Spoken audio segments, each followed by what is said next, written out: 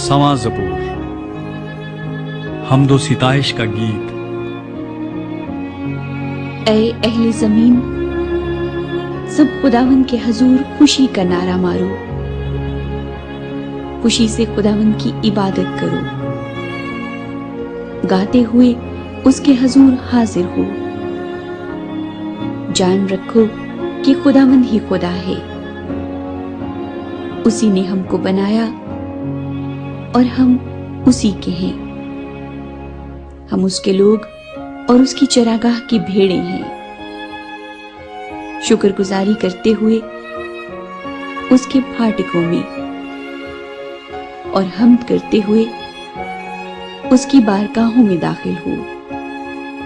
उसका शुक्र करो और उसके नाम को मुबारक कहो, क्योंकि खुदावंद भला है, उसकी शफकत अबदी है और उसकी वफादारी पुश्त दर पुश्त रहती है। आमीन।